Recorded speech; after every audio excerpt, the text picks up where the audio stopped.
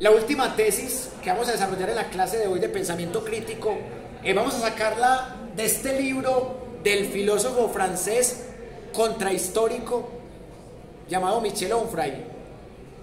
Empecemos con el código hermenéutico. El código hermenéutico es el título. Recordemos que hermenéutica viene de Hermes, de perihermeneias, que significa la interpretación del mensaje de los dioses, pero aquí es una hermenéutica ya no religiosa ni jurídica, sino una hermenéutica filosófica.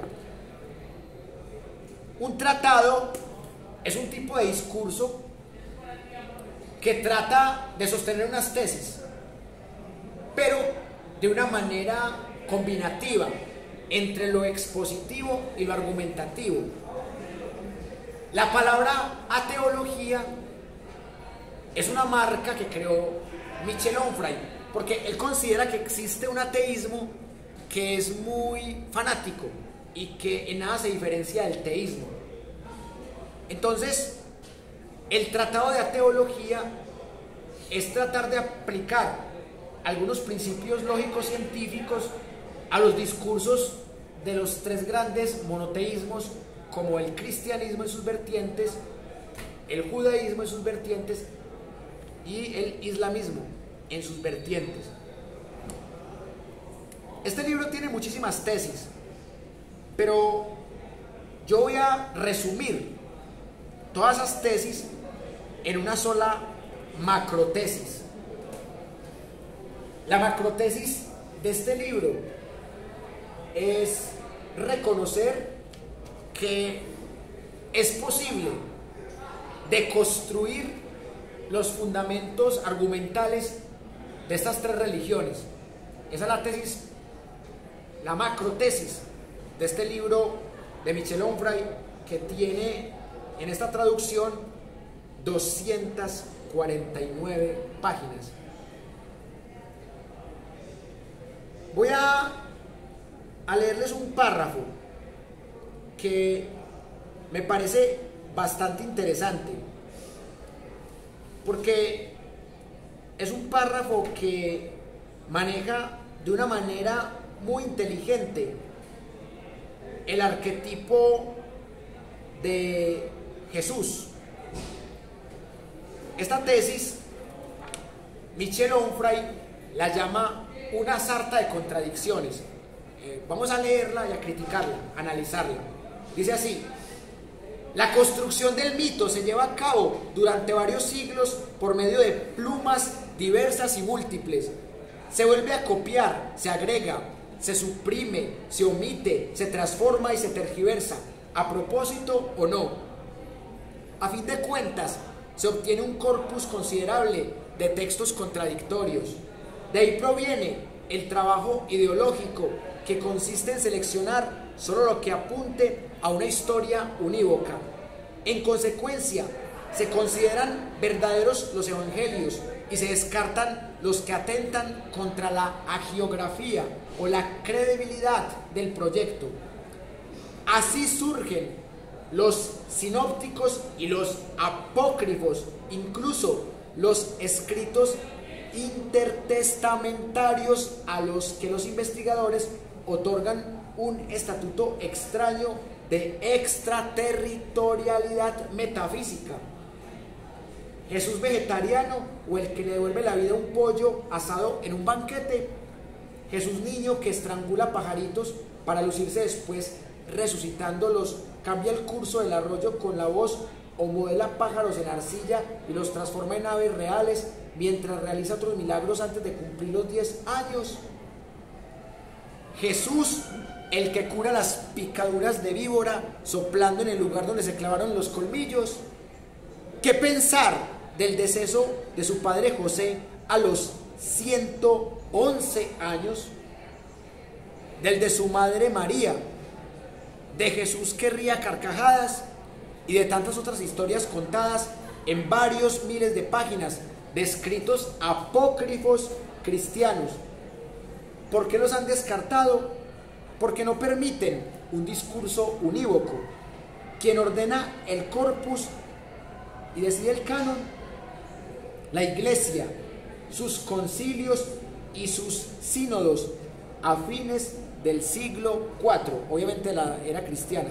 Sin embargo, esa limpieza no elimina una cantidad impresionante de contradicciones y de aspectos inverosímiles en el texto de los evangelios sinópticos. Por ejemplo, según Juan, el pedazo de madera en el que los jueces inscribieron el motivo de la condena, el titulus, está clavado en la cruz, encima de la cabeza de Cristo.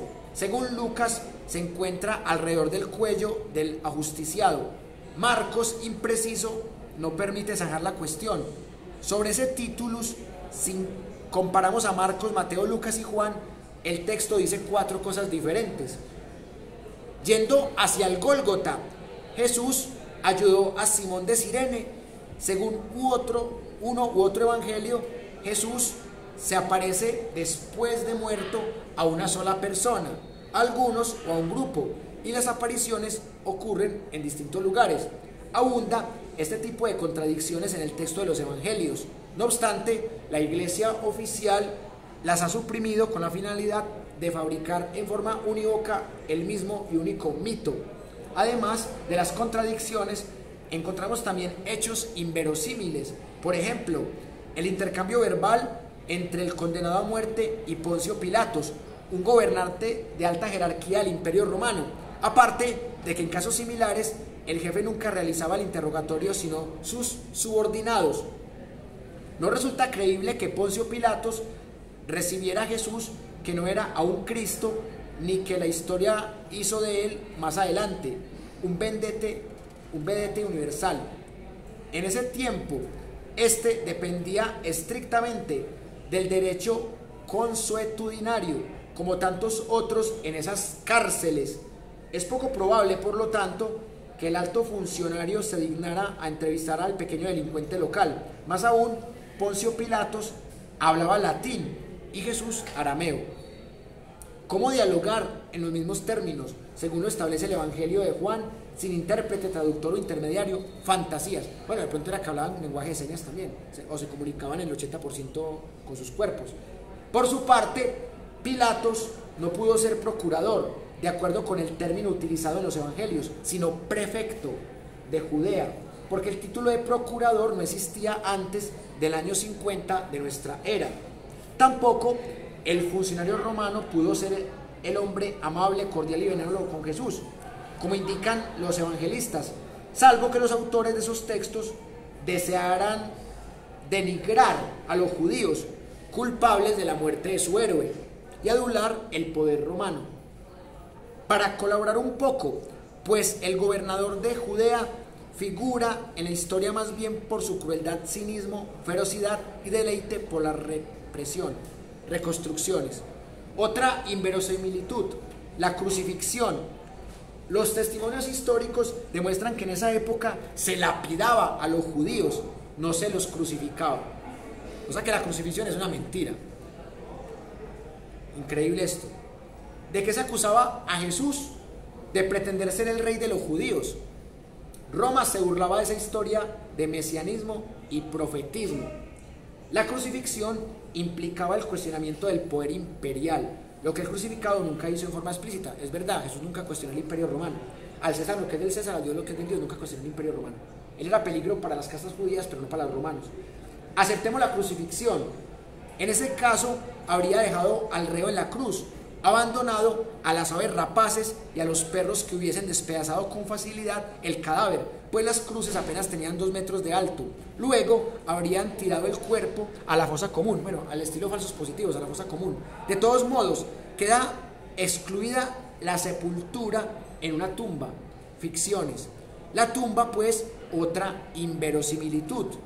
Un discípulo secreto de Jesús, José de Arimatea, recibe el cuerpo de su maestro de manos de Pilatos para sepultarlo en una tumba. Sin los cuidados 2 mortuorios, impensable para un judío. Uno de los evangelistas menciona plantas aromáticas, mirra y aloes, 30 kilos y vendas. La versión egipcia de la momificación.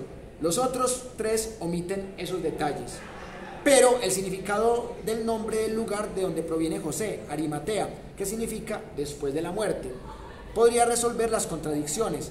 José de Arimatea, conforme al principio performativo, nombra lo que ocurre después de la muerte y se ocupa del cuerpo de Jesús, una especie de primer discípulo. Invenciones. La lectura comparada de los textos conduce a muchas otras preguntas. ¿Por qué los discípulos estuvieron ausentes el día de la crucifixión? ¿Cómo creer que después de aquel acontecimiento fatal, el asesinato de su mentor, regresaran a su casa sin reaccionar, ni reunirse, ni continuar la obra que habían emprendido con Jesús? Pues todos volvieron a su pueblo y continuaron con su trabajo. ¿Cuáles fueron las razones por las que ninguno de los 12 apóstoles llevó a cabo la obra que realizó Pablo, aunque no conocía a Jesús, la de evangelizar y difundir la palabra divina en todas partes? ¿Qué podemos decir de esto? ¿Qué hacer con esas contradicciones e inconsistencias? Textos descartados, otros conservados pero llenos de artificios, fantasías y aproximaciones, entre otros indicios que dan prueba de la construcción posterior, lírica y militante de la historia de Jesús. Comprendemos que la Iglesia haya prohibido formalmente durante siglos la lectura histórica de los textos llamados sagrados. Leerlos como a Platón o Tucídides es demasiado peligroso. Jesús es pues un personaje conceptual. Toda su realidad se basa en esta definición. Existió sin duda alguna, pero no como figura histórica, sino de una manera tan increíble que poco importa que haya existido o no. Existe como la materialización de las aspiraciones proféticas de su época y de lo maravilloso propio de los autores antiguos, conforme al principio performativo que crea al nombrar. Los evangelistas escriben una historia y en ella narran menos el pasado de un hombre que el futuro de una religión. Argucias de la razón. Creen en el mito y éste los crea. Los creyentes inventan su criatura y luego le rinden culto. El principio mismo de la alienación. Bueno, son como 3 párrafos ahí, pero quería leerles la tesis completa, porque esa tesis me parece que es muy rigurosa con las contradicciones. Bueno, es evidente que la Biblia tiene contradicciones, es evidente que la Iglesia ha tratado de tapar las contradicciones, aún así no escapa de las contradicciones. Es evidente que hasta la fecha no existe una prueba arqueológica de la existencia de Jesús. Todas las pruebas son de evangelistas que se contradicen entre sí, pero hay una prueba muy importante del historiador romano-judío Flavio Josefo, que él le dedica un párrafo a Jesús. Entonces, Flavio Josefo es un historiador de la época y no lo muestra como el gran hombre, pero sí lo muestra como un líder espiritual de unas pequeñas sectas judías. Entonces, sí es probable que así no haya prueba arqueológica que Jesús haya existido, pero ya todo el tema de los milagros y todo eso sí hace parte pues de la mitología. Lo que pasa es que cuando una mitología tiene poder político, se vuelve religión, y eso es lo que trata de mostrar aquí este man en esta tesis, que entre otras cosas pues es debatible como todas las tesis. El compañero que quiere compartir. ¿Usted personalmente se piensa desde que la gente trate de mentir, o justificar la Biblia a lo que todo el mundo tiene? Cuando uno tiene el creyente, va a ir usando creyente, el ateo, va a ir usando ateo, y el que es una familia, así lean como libro. Es un tema de ego, o sea, tanto el ateo como el creyente y como el agnóstico tienen ego. El ego de yo tengo la razón. Pero a mí lo que me gusta de este trabajo de Onfray es que el man va más allá de ese egocentrismo, porque el man cita cosas muy puntuales de los evangelios, de los apócrifos. El man cita los mitos en su particularidad. O sea, es un trabajo hermenéutico y no se nota como odio, porque es que miren, Fernando Vallejo es un ateo con buenos argumentos, pero también tiene mucho odio, y cuando uno argumenta con odio puede que no tenga la razón, pero no pierde credibilidad. Les pongo otro ejemplo que es bastante diciente. Por ejemplo, cuando vemos a un político que habla con rabia, puede que diga la verdad, pero el odio le quita credibilidad retórica, porque es visceral. Yo puedo decir, por ejemplo, Garavito es una gonorrea, hijo de puta, pirobo, merece, ¿cierto? O sea, y es verdad, pero si yo lo digo, Garavito es un pederasta que mereció cadena perpetua, ¿sí o no? Es más creíble, o sea, es lo mismo, es una gonorrea, pero no digo gonorrea, sino que digo cosas más, eufemismos. Entonces, este man utiliza más eufemismos que Fernando Vallejo. Entonces, este es un ateísmo que se ve más inteligente, porque es que tiene los mismos argumentos. O sea, este man es como el Fernando Vallejo francés, pero este man no se le nota odio ni al cristianismo, ni al islamismo, ni al judaísmo. O sea, todos los capítulos de este libro son así. El man es metódico y muestra contradicción por contradicción en los 3 libros sagrados. Bueno, aunque hay que tener en cuenta que los judíos tienen varios libros sagrados, la Torá, el Talmud. Él habla de varios libros sagrados y también habla de las traducciones del Corán, las traducciones de la Biblia. Sí. Decía que los 11 apóstoles no siguieron con el trabajo que les dejó. Sí. Lo retomó y continuó toda la operación. Sí. Si en este caso digamos hubo una iluminación para Pablo, pues como lo describe la Biblia, entonces ¿qué llevaría a Pablo a hacer todo lo que Esa pregunta es muy interesante. Es más, se la voy a contestar con otros filósofos que también han hablado al respecto. Émile Cioran tiene un texto en donde él habla de lo que representa Pablo. El tema con Pablo es que el man, para Cioran, es el verdadero fundador de la Iglesia Católica, porque él era ateo y asesino, y el man se convirtió y siguió siendo asesino. Lo mismo que pasó con San Agustín. Entonces, Pablo es el verdadero creador del catolicismo, según Cioran, y yo estoy de acuerdo con la interpretación. Y acá, Onfray también le dedica unas líneas a Pablo. Y Pablo no conocía a Jesús, pero se apropió, y con ese fanatismo que defendía el politeísmo, y se burlaron de él. O sea, y Pablo tenía un resentimiento de la madre porque se burlaron de él. Y entonces, de cierta manera, él mataba también por esa sed de venganza, como es que de mí nadie se burla. Entonces, ¿cuál es el tema con la religión? Que la religión es convertir un mito. Es como usted coger la idea de la Odisea y usted decir, jueputa, es que Atenea, es que el que hable mal de Atenea lo quemo. No, es que la gonorrea que hable mal de Zeus, que entre otras cosas Dios viene de Zeus. Zeus en griego arcaico, Theos en griego clásico, Deus en latín y Dios en castellano. O sea, Zeus y Dios son el mismo.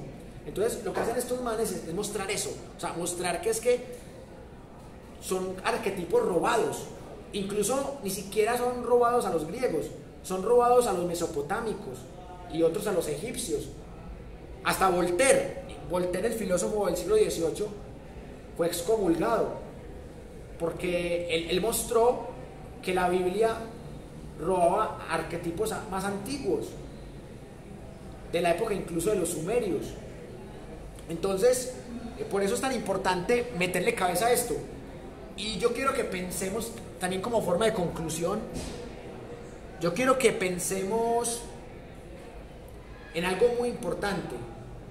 ¿Hasta qué punto uno puede ser creyente y pensador crítico? Yo creo que un creyente puede tener casi todas las habilidades críticas que hemos estudiado. O sea, un creyente puede tener excelente capacidad de análisis, de evaluación, de autorregulación, y puede tener humildad intelectual, puede tener contrastación de fuentes. El problema radica en que mantenga la creencia después de eso. Hay un sacerdote muy famoso que tiene una retórica impresionante, el padre Juan Diego, y él me parece el católico que yo conozco más cercano a pensamiento crítico, porque él dice, no, yo respeto lo que creen los budistas, yo respeto lo que creen los Tao, yo respeto lo que creen los evangélicos, yo creo esto, esta para mí es la verdad. Eso para mí es pensamiento crítico, así él sea creyente. Y también he conocido ateos fanáticos. Así como decíamos que es de Petro, hay ateos que son fanáticos y que argumentan a punta de puñaladas. Entonces, eso no es pensamiento crítico. Por eso digo yo que ni las guerrillas son democracia, ni el ateísmo violento es pensamiento crítico. Vea, y yo no sé por qué se me cayó el libro del doctor Álvaro Uribe Vélez. O sea, ¿será que quiere que yo lo pise? Si yo piso a Uribe, yo soy tan fanático como el que pisa a Petro. O sea, a Uribe no se le puede pisar, hay que consentirlo, contemplarlo, leerlo, cuidar su legado. ¿Sí? Uribe no se puede maltratar, porque es un héroe de la patria como Simón Bolívar. ¿Sí? Que es que mató 500 pastuzos, no, se lo merecían, porque son tan bobos y querían seguir pegados de la corona española. Que 6.402 falsos positivos, no, es que eso no fue culpa de Uribe, eso fueron unas manzanitas podridas. Que la iglesia quemó gente, no, pero es que son unos poquitos de la iglesia, eso no representa la nobleza de la iglesia. Y claro, uno como ser existencial se pregunta muchas cosas, y con esto quiero terminar la clase de hoy. Vea, porque la pregunta del compañero es muy interesante. El miedo a la muerte es el mayor combustible y el mejor argumento, sobre todo de las religiones que prometen otra vida mejor, sean monoteístas o politeístas. O sea, si este cuerpo fuera inmortal y eterno, las religiones no tendrían sentido, pero las religiones cumplen ese papel de darle esperanza a la gente, de explicarle a la gente la muerte sin tanto miedo. Aún así, siendo católicos, siendo musulmanes, siendo judíos, aún así, o judaístas más bien, lloran cuando pierden un ser querido. ¿Sabe qué admiro yo de los budistas? No que tengan una religión sin Dios, porque el budismo para mí no es una religión, es una filosofía.